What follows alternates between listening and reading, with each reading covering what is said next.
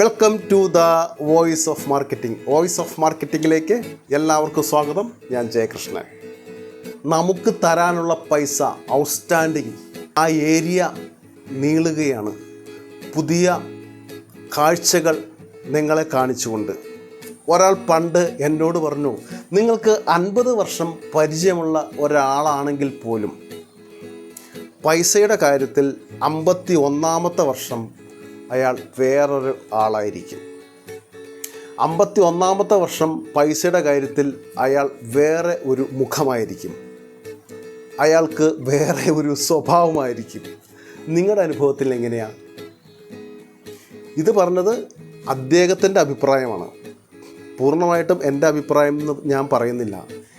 എങ്കിലും നമ്മുടെ പല അനുഭവങ്ങളും പല കാഴ്ചകളും വച്ച് ആ സുഹൃത്ത് എന്നോട് പറഞ്ഞത് സത്യസന്ധമായിട്ടുള്ള കാര്യമാണ് എന്നതിൽ ഞാൻ അടിയുറച്ച് വിശ്വസിക്കുകയാണ്. കുറേ അനുഭവങ്ങൾ എല്ലാവർക്കും ഉണ്ടാകും. ഈ പൈസ കടം കൊടുക്കാൻ കൊള്ളില്ലാത്ത ഒരു സാധനമാണ് കേട്ടോ. ഇത് ഒരു ബിസിനസ്സുകാരൻ പ്രോഡക്റ്റ് കടം കൊടുക്കുന്ന പോലെ തന്നെ വേറൊരു വലിയ പ്രശ്നമാണ്. പൈസ ചോദിച്ചാൽ കടം കൊടുക്കും. പക്ഷേ എന്തുകൊണ്ടോ ഒരു 80% ആൾക്കാരും വാങ്ങിച്ചാൽ കൊടുക്കാത്തവരായിട്ട് മാറുന്നു. ഒരു കസ്റ്റമർ നിങ്ങളുടെ മുന്നിൽ വന്നിരിക്കുന്നു. നമ്മൾ പൈസ കൊടുക്കേണ്ട ഒരു കസ്റ്റമറാണ്. അയാൾക്ക് പൈസ കൊടുക്കാൻ ഈ ആഴ്ച എൻ്റെ കയ്യിലില്ല, പക്ഷേ ചെക്ക് കൊടുത്തേ മതിയാകൂ. ചില വില്ലന്മാർ, ബിരുദന്മാർ ആ ചെക്ക് എഴുതാം. ഇപ്പോൾ പാവം പിടിച്ച എക്സിക്യൂട്ടീവ് ഓപ്പോസിറ്റ് ഇരിക്കുകയാണ്. അയാൾ ചെക്ക് ഡേറ്റ് എഴുതുന്നത് നോക്കി കലണ്ടറിലേക്ക് നോക്കിക്കൊണ്ടിരിക്കുകയാണ്. ഈ വിദഗ്ധൻ 3 വിദഗ്ധന്മാരുണ്ട്. ആദ്യത്തെ വിദഗ്ധൻ വേഡിൽ 10,000 ഉള്ളി എന്ന് എഴുതും. അവിടെ കോളത്തിൽ റുപ്പീസ് എന്ന് പറഞ്ഞ് 11,000 എഴുതിയിരിക്കും. ചെക്ക് പാസ്സാവുമോ? അത് ശ്രദ്ധിക്കേണ്ട ഉത്തരവാദിത്വം എക്സിക്യൂട്ടീവിനുണ്ട്. പിന്നെ 3ാമതൊരു കൂട്ടരുണ്ട്, ചെക്ക് എന്ന് പറഞ്ഞ് തരും. ഈ പാവം പിടിച്ച എക്സിക്യൂട്ടീവ് ചെക്ക് മേടിച്ച് എന്ത് ചെയ്യും? ഡയറിയിൽ വയ്ക്കും, അല്ലെങ്കിൽ പോക്കറ്റിലിടും. സൈൻ ചെയ്തിട്ടുണ്ടാവില്ല. സൈൻ ചെയ്യാൻ മറന്നുപോയി. അപ്പോൾ ഓഫീസിലെത്തി കഴിഞ്ഞ ശേഷമാണ് ഇത് കാണുന്നത്. ഇനി എന്ത് ചെയ്യും? ഞാൻ സൈൻ ചെയ്ത് അയക്കാം. ആ ചെക്ക് എക്സിക്യൂട്ടീവിൻ്റെ അടുത്ത് കൊടുത്തു വിടൂ. കലണ്ടറിലെ അക്കങ്ങൾ അങ്ങനെ മാറിക്കൊണ്ടിരിക്കും. പിന്നെ നെക്സ്റ്റ് വീക്കിലേക്ക് കാര്യങ്ങൾ തിരിഞ്ഞു മറിയും. ഇതുപോലെ തന്നെ മറ്റൊരു കൂട്ടരുണ്ട്, 10,000 എന്ന് എഴുതിയ ശേഷം ഒരു പ്രാവശ്യം കൂടി അതിൻ്റെ റീറൈറ്റ് ചെയ്യും. 10,000 എന്ന് എഴുതും. എന്തെങ്കിലും തരത്തിലുള്ള റീറൈറ്റിംഗ് വന്ന് ആ ചെക്ക് പാസ്സാകാതെ പോകും. അപ്പോൾ ഒരു ചെക്ക്, ഈ ഞാൻ കൊടുക്കുന്ന ചെക്ക് ഇവൻ ബാങ്കിലിട്ടാൽ അത് ഇൻസഫിഷ്യൻ്റ് ഫണ്ട് എന്ന് പറയരുത്. അത് പറയാതെ എങ്ങനെ ടെക്നിക്കലായിട്ട് ആ ചെക്ക് ആ കമ്പനിക്കാരനെ കൊണ്ടോ ആ ഡിസ്ട്രിബ്യൂട്ടറെ കൊണ്ടോ അല്ലെങ്കിൽ ഒരു എൻ കൺസ്യൂമർ റീറ്റെയിലർക്ക് തരുന്ന ചെക്കാണെങ്കിലും അത് പാസ്സാക്കാതെ എങ്ങനെ നോക്കാം? ശ്രദ്ധിച്ചിരിക്കണം. ഈ ഏരിയ ശ്രദ്ധിച്ചിരിക്കണം. ഒരു റീറ്റെയിലർ നിങ്ങൾക്ക് തരുന്ന ചെക്കായാലും ഒരു ഡിസ്ട്രിബ്യൂട്ടർ തരുന്ന ചെക്കായാലും എൻ കൺസ്യൂമർ നിങ്ങൾക്ക് തരുന്ന ചെക്കായാലും ഡേറ്റ് കൃത്യമാണോ? സൈൻ കൃത്യമാണോ? എമൗണ്ട് എഴുതിയിരിക്കുന്നത് കൃത്യമാണോ? വേഡിൽ എഴുതിയിരിക്കുന്നത് കൃത്യമാണോ? സൈൻ ചെയ്തിട്ടുണ്ടോ? ഈ കാര്യങ്ങളൊക്കെ കൃത്യമായിട്ട് നോക്കിയ ശേഷമാണ് കയ്യിലേക്ക് ചെക്ക് വാങ്ങിക്കാവുള്ളൂ. അല്ലെങ്കിൽ ഹോളിഡേ ദിവസം ഡേറ്റ് ഇട്ട് തരും. ആ ചെക്ക് പിന്നെ ആ ദിവസം പാസ്സാക്കാൻ പറ്റില്ല. ഫ്രൈഡേ ഒരു ഹോളിഡേ വന്നു, പിന്നെ സാറ്റർഡേ ചെക്ക് പ്രസൻറ്റ് ചെയ്യാൻ പറ്റില്ല. 4th സാറ്റർഡേ ആണെങ്കിൽ ആ ചെക്ക് പ്രസൻറ്റ് ചെയ്യാൻ പറ്റില്ല. പിന്നെ അടുത്ത ആഴ്ചയിലേക്ക് അത് മാറും. അപ്പോൾ ഈ രീതിയിൽ ഹോളിഡേയിലൊക്കെ ഡേറ്റിൽ ചെക്ക് ഇട്ടുതന്ന് ആ രീതിയിലുള്ള ബിരുദന്മാരുടെ നാടാണ് നമ്മുടെ പരിസരം എന്നുള്ള ബോധം ഉൾക്കൊണ്ടുകൊണ്ട് ആ രീതിയിലുള്ള ഇഷ്യൂകൾ വരാതെ ശ്രദ്ധിക്കുക. ചിലപ്പം മനഃപൂർവ്വം അല്ലാതെ വളരെ റിയലായിട്ടുള്ള നല്ല കസ്റ്റമറും ചെയ്യുന്നവരുണ്ട്. പക്ഷേ അവരുടെ കൂട്ടത്തിൽ ഇങ്ങനെയുള്ളവരും ഉണ്ട് എന്നുള്ള കാര്യത്തിൽ അടിവരയിട്ട് നമുക്ക് പറയാൻ സാധിക്കും. ഞാൻ ആദ്യം പറഞ്ഞു, പൈസയുടെ കാര്യത്തിൽ 50 വർഷം അറിയാവുന്ന ആളാണെങ്കിലും 51ാമത്തെ വർഷം അയാളുടെ വേറെ സ്വഭാവം കാണേണ്ടി വരുന്നു. അതുപോലെ ഉള്ള ആളുകൾ ക്യാഷ് കളക്ട് ചെയ്യുന്ന ആളുകളിലുമുണ്ട്. ഡിസ്ട്രിബ്യൂട്ടറുടെ ബില്ലിലോ ഇൻവോയ്സിലോ അല്ലെങ്കിൽ കമ്പനിയുടെ ഇൻവോയ്സിലോ അല്ലെങ്കിൽ ഡീലറുടെ ഇൻവോയ്സിലോ കൃത്യമായ അക്കൗണ്ട് നമ്പർ ഉണ്ടാകും. ഈ നമ്പർ ഉണ്ടായിട്ടും അവരുടെ പേഴ്സണൽ ഗൂഗിൾ പേയിലേക്ക് ആ പേയ്മെൻറ്റ് നെഫ്റ്റ് ചെയ്തോളം പറയും. പിന്നെ അടുത്ത ഓർഡർ എപ്പോഴാണ് ഈ റീറ്റെയിലർ തരുന്നത് അല്ലെങ്കിൽ ഡിസ്ട്രിബ്യൂട്ടർ തരുന്നത്, ആ സമയം വരെ ഇയാൾ ഈ കയ്യിലെടുത്ത് പേയ്മെൻറ്റ് അയാളുടെ പ്രൈവറ്റ് ആവശ്യങ്ങളോ എന്താവശ്യങ്ങളും ചെയ്തുകൊണ്ടിരിക്കും. റിയലായ പ്രോബ്ലം വരുന്നത് ഇതുപോലെ തിരിമറി നടത്തി കൃത്യമായി കമ്പനിക്കോ ഡിസ്ട്രിബ്യൂട്ടർക്കോ പൈസ കൊടുക്കാൻ സാധിക്കാത്ത സിറ്റുവേഷൻ ഇയാളുടെ ലൈഫിലേക്ക് വരും. അത്യാവശ്യം ആ സമയപരിധിക്കുള്ളിൽ പൈസ കൊടുക്കാൻ പറ്റാതെ വരും. അപ്പോൾ വേറെ റീറ്റെയിൽ ഷോപ്പിൽ നിന്ന് പൈസ വാങ്ങിക്കും, അതെടുത്ത് കൊടുക്കും, അപ്പോൾ അവിടെ പെൻഡിങ് വന്നു. അത് അറേഞ്ച് ചെയ്യാൻ വേറെ റീറ്റെയിൽ ഷോപ്പിൽ നിന്ന് പൈസ വാങ്ങിക്കും, അത് അറേഞ്ച് ചെയ്യും. ഇങ്ങനെ മൊത്തത്തിൽ പ്രോബ്ലം വന്ന് ഇഷ്യൂ വന്ന് ഈ എക്സിക്യൂട്ടീവ് ക്യാഷ് കളക്ട് ചെയ്യുന്ന ആൾ പ്രശ്നത്തിലും ഔട്ട്സ്റ്റാൻഡിങ് ഒരു പ്രോഡക്റ്റ് പോലും കൃത്യമായിട്ട് ഷോപ്പുകളിൽ എത്തിക്കാൻ പറ്റാത്ത അവസ്ഥ വരും. എത്തിക്കണമെങ്കിൽ കമ്പനി എന്ത് ചോദിക്കും? പേയ്മെൻറ്റ് ചോദിക്കും. പേയ്മെൻറ്റ് എവിടെ കിടക്കുന്നു? പല ഷോപ്പുകളിലെ പേയ്മെൻറ്റ് എക്സിക്യൂട്ടീവ് എടുത്ത് മറിച്ച് വേറെ പ്രൈവറ്റ് ആവശ്യങ്ങൾ നടത്തി കമ്പനിക്ക് പൈസ അടയ്ക്കാൻ പറ്റാതെ വരുന്നു. ഔട്ട്സ്റ്റാൻഡിങ് കൂടാനുള്ള ഒരു ബൃഹത്തായ പ്രധാനപ്പെട്ട കാര്യമാണ്. ഇതിനെ എങ്ങനെ മാനേജ് ചെയ്യാൻ പറ്റും?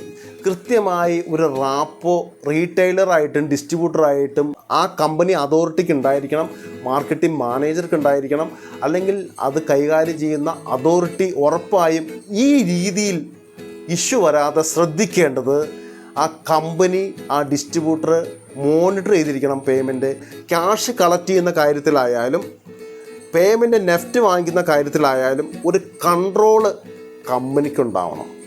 ആരൊക്കെ പൈസ തന്നിട്ടുണ്ട്, പൈസ തരാത്തവർ എന്തുകൊണ്ട് തരുന്നില്ല, അല്ലെങ്കിൽ ആ പൈസ തരാത്ത പാർട്ടികളെ വിളിച്ച് ഫോളോ അപ്പ് ചെയ്യുക, അത് ചെയ്തിരിക്കണം.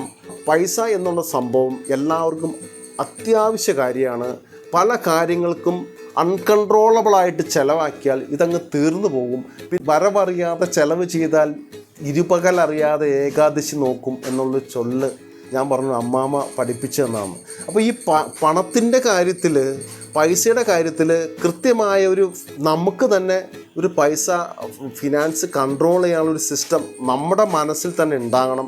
നമ്മൾ തന്നെ നമ്മളോട് ചോദിക്കണം, ഈ ചിലവ് എനിക്ക് ആവശ്യമാണോ, ഇങ്ങനെ ഞാൻ ചെയ്യേണ്ട ആവശ്യമുണ്ടോ, ഇങ്ങനെ പൈസ ചിലവഴിക്കേണ്ട ആവശ്യമുണ്ടോ, നമ്മളോട് തന്നെ നമ്മൾ ചോദിച്ച് അതിന് ആൻസർ കണ്ടെത്തണം. ഒരാൾ ഇതിൻ്റെ രസം പിടിച്ചവൻ വീണ്ടും അത് തന്നെ ചെയ്യും. അയാളുടെ ചിലവുകൾ കൺട്രോൾ ചെയ്യാൻ പറ്റണില്ല. അപ്പോൾ പൈസ എവിടെ നിന്നാണ് കിട്ടുന്നത് അത് മേടിച്ചങ്ങ് ചെയ്യുക എന്നുള്ള സംവിധാനമാണ് അവർക്കറിയാവുള്ളൂ. അവരത് ചെയ്തിരിക്കും. അങ്ങനെയുള്ളവരെ ഒരു കമ്പനിയിൽ ഒരു കാരണവശാലും കണ്ടിന്യൂ ചെയ്യാൻ അനുവദിച്ചുകൂടാ. അങ്ങനെ അനുവദിച്ചാൽ ആ കമ്പനി, ആ ഡിസ്ട്രിബ്യൂട്ടർ, ആ റീറ്റെയിലർ നിർത്തിപ്പോകേണ്ടി വരും. Prevention is better than cure എന്ന് പറഞ്ഞ പോലെ സൂക്ഷിച്ചാൽ ദുഃഖിക്കേണ്ട. വളരെ മോണിറ്റർ ചെയ്തിരിക്കണം. ഓരോ ഡീലറെ എടുത്ത് മോണിറ്റർ ചെയ്തിരിക്കണം. പേയ്മെൻറ്റ് ഇന്നലെ ഏതൊക്കെ പേയ്മെൻറ്റ് കളക്ട് ചെയ്തിട്ടുണ്ട്, എന്തുകൊണ്ട് പൈസ കിട്ടിയില്ല, എക്സിക്യൂട്ടീവ് വരുമ്പോൾ ചോദിച്ചിരിക്കണം. ഉറപ്പായിട്ടും പേയ്മെൻറ്റ് വരാതെ ഒരു സപ്ലൈ പോലും കൊടുക്കാൻ സാധിക്കില്ലെന്ന് കൃത്യമായിട്ട് കറക്റ്റായിട്ട് കമ്പനി അതോറിറ്റി, എൻ്റെ മാർക്കറ്റിംഗ് മാനേജർ, അല്ലെങ്കിൽ ആ മൊത്തത്തിൽ മാനേജ് ചെയ്യുന്ന CEO ആണെങ്കിൽ CEO, ആ അതോറിറ്റി, ആ GM, ആ മാർക്കറ്റിംഗ് നോക്കുന്ന GM, അല്ലെങ്കിൽ അക്കൗണ്ട്സിലിരിക്കുന്നവർ കൃത്യമായിട്ടത് പറഞ്ഞിരിക്കണം. അങ്ങനെ ചെയ്യിപ്പിച്ചിരിക്കണം. അല്ലെങ്കിൽ കമ്പനി ഉണ്ടാവില്ല കേട്ടോ. നിങ്ങളൊരു ചെയറിലിരുന്നുകൊണ്ട് നിങ്ങൾക്ക് കോട്ടയത്ത് നടക്കുന്ന കാര്യങ്ങളും മലപ്പുറത്ത് നടക്കുന്ന കാര്യങ്ങളും കാസർഗോഡ് നടക്കുന്ന കാര്യങ്ങളും കണ്ണൂർ നടക്കുന്ന കാര്യങ്ങളും കൊല്ലത്ത് നടക്കുന്ന കാര്യങ്ങളും തിരുവനന്തപുരത്ത് നടക്കുന്ന കാര്യങ്ങളും പത്തനംതിട്ട നടക്കുന്ന കാര്യങ്ങളും എല്ലാ ഡിസ്ട്രിക്റ്റും പറയാനുള്ള എല്ലാം നമുക്കെങ്ങനെ അറിയാൻ പറ്റും? ആ രീതിയിൽ ഔട്ട്സ്റ്റാൻഡിങ് കൂടുന്ന ഒരു അവസ്ഥയിലേക്ക് പോകരുത്. പക്ഷേ ഇന്നത്തെ കാലഘട്ടത്ത് എല്ലാ പേയ്മെൻറ്റും നെഫ്റ്റ് പേയ്മെൻറ്റിലേക്ക് വന്നിട്ടുണ്ട്. ക്യാഷ് വാങ്ങിക്കുന്ന സംവിധാനങ്ങൾ വളരെ കുറവാണ്. ഈ ക്യാഷ് വാങ്ങിക്കുന്ന സംവിധാനങ്ങൾ കുറവാകുമ്പോഴും ഞാൻ ആദ്യം പറഞ്ഞു വെച്ച ഒരു സംഭവമുണ്ട്, മൊബൈലിലേക്ക് ഗൂഗിൾ പേ ചെയ്യുന്ന സംവിധാനം. മൊബൈലിലേക്ക് ഗൂഗിൾ പേ ചെയ്യും, അവിടെ നിന്ന് കമ്പനി അക്കൗണ്ടിലേക്ക് ഇടും. ഈ ഒരു സംവിധാനത്തിൽ മാറ്റം വരുത്തിക്കൊണ്ട് ഒരു കമ്പനി അതോറിറ്റി അല്ലെങ്കിൽ ഡിസ്ട്രിബ്യൂട്ടർ കൃത്യമായിട്ട് അവരുടെ ഇൻവോയ്സിൽ പേയ്മെൻറ്റ് ചെയ്യേണ്ട ഡീറ്റെയിൽസ് IFSC കോഡ് ഉൾപ്പെടെ കൊടുക്കുകയും അതിൻ്റെ സ്കാനിങ്ങിൻ്റെ ഒരു സംവിധാനം കൊടുക്കുകയും ചെയ്താൽ അത് വളരെ ബെറ്റർ ആയിരിക്കും. അത് ഒരു സിസ്റ്റം ആക്കിക്കൊണ്ട് തന്നെ മുന്നോട്ട് കൊണ്ടുപോയാൽ ഔട്ട്സ്റ്റാൻഡിങ് ഒന്ന് കൺട്രോൾ ചെയ്യാൻ നിങ്ങൾക്ക് തന്നെ സാധിക്കും. പിന്നെ ഔട്ട്സ്റ്റാൻഡിങ് കൂടുന്നതിൻ്റെ മറ്റൊരു പ്രധാനപ്പെട്ട കാര്യം കൃത്യമായി പേയ്മെൻറ്റ് വാങ്ങിക്കുന്ന ആൾ കളക്ഷൻ എടുക്കുന്ന എക്സിക്യൂട്ടീവോ, കളക്ഷൻ എക്സിക്യൂട്ടീവോ, മാർക്കറ്റിംഗ് എക്സിക്യൂട്ടീവോ, സെയിൽസ് എക്സിക്യൂട്ടീവോ ആരുമാകട്ടെ കൃത്യമായി ഷോപ്പ് വിസിറ്റ് ചെയ്യാത്തത് കൊണ്ട് തന്നെയാണ്. ഔട്ട്സ്റ്റാൻഡിങ് എങ്ങനെ കൂടുന്നു? ഒരു ഇൻവോയ്സ് ഒരു ഡീലർക്ക് അയച്ചു കൊടുക്കുന്നു, അതിൻ്റെ പേയ്മെൻറ്റ് വാങ്ങിക്കാൻ ആരും വരുന്നില്ല. അദ്ദേഹത്തിൻ്റെ സ്റ്റോക്ക് തീരുമ്പോൾ, ആ ഡീലറുടെ സ്റ്റോക്ക് തീരുമ്പോൾ അദ്ദേഹം അടുത്ത ഓർഡർ കൊടുക്കുന്നു, ആ അടുത്ത ഓർഡർ അയച്ചു കൊടുക്കുന്നു, രണ്ടാമത്തെ ഓർഡർ അയക്കുന്നു, രണ്ടാമത്തെ ഓർഡർ അയച്ചു കൊടുക്കുന്നു. ഓർഡറുകൾ അയച്ചുകൊണ്ടിരിക്കുന്നു. എക്സിക്യൂട്ടീവ് എന്ത് ചെയ്യും? ഷോപ്പിൻ്റെ ഫ്രണ്ടിൽ വന്ന് ബൈക്ക് സ്റ്റാർട്ട് ചെയ്ത് നിർത്തും. ഉണ്ടോ? ഇല്ല. നാളെ. ഈ ഒരു സിസ്റ്റം വന്നാൽ എങ്ങനെ പേയ്മെൻറ്റ് കമ്പനിയിലേക്ക് വരും? അടുത്ത ഷോപ്പിൻ്റെ അടുത്ത് വന്ന് ഹോൺ അടിക്കും. പൈസ ഉണ്ടോ? ഇന്നില്ല, അടുത്ത ആഴ്ച. ഓക്കെ. ഈ ഒരു സിസ്റ്റം ചെയ്യുന്ന പല ആൾക്കാരും നമ്മുടെ ഇടയിൽ ഉണ്ടാകാം. ഇതിനൊരു മാറ്റം വരുത്തണം. ഒരു ബിസിനസ് ചെയ്യാൻ, ഒരു സ്ഥാപനത്തിൽ ജോലി ചെയ്യുമ്പോൾ ആത്മാർത്ഥത എന്നൊരു സംഭവം ഉണ്ടായിരിക്കണം. ആത്മാർത്ഥമായിട്ട് ആ ജോലി ചെയ്യാൻ നിങ്ങൾക്ക് സാധിക്കുന്നില്ലെങ്കിൽ ആ കമ്പനിയോട്, ആ ഡിസ്ട്രിബ്യൂട്ടറോട്, ആ റീറ്റെയിലറോട് ഉത്തരവാദിത്തം കാണിക്കാൻ നിങ്ങൾക്ക് സാധിക്കുന്നില്ലെങ്കിൽ, കൃത്യമായിട്ട് ആ ജോലി നിങ്ങൾക്ക് ചെയ്യാൻ സാധിക്കുന്നില്ലെങ്കിൽ അവരെ ചിറ്റിക്കാൻ നിൽക്കരുത്. ആരെയും നമ്മൾ ഈ ലോകത്ത് ചിറ്റിക്കരുത്. വളരെ പ്രതീക്ഷയോടെ ആയിരിക്കും ഒരു എക്സിക്യൂട്ടീവിനെ ഒരു ഷോപ്പിലേക്ക് അവൻ്റെ എക്സ്പെൻസും DAയും അല്ലേ സാലറിയൊക്കെ കൊടുത്ത് വിടുന്നത്. ആത്മാർത്ഥമായിട്ട് നിങ്ങൾക്കൊരു ജോലി ചെയ്യാൻ സാധിക്കുന്നില്ലെങ്കിൽ ആ ജോലിയിൽ തുടരരുത്, മറ്റുള്ളവരെ ചുറ്റിക്കരുത്. അതിൻ്റെ ആൻസർ അത്ര മാത്രമേ പറയാനുള്ളൂ. ഔട്ട്സ്റ്റാൻഡിങ്ങിൻ്റെ പുതിയ ഒരു ഏരിയയിലേക്ക് അടുത്ത എപ്പിസോഡിൽ നമുക്ക് കയറാം. All the best.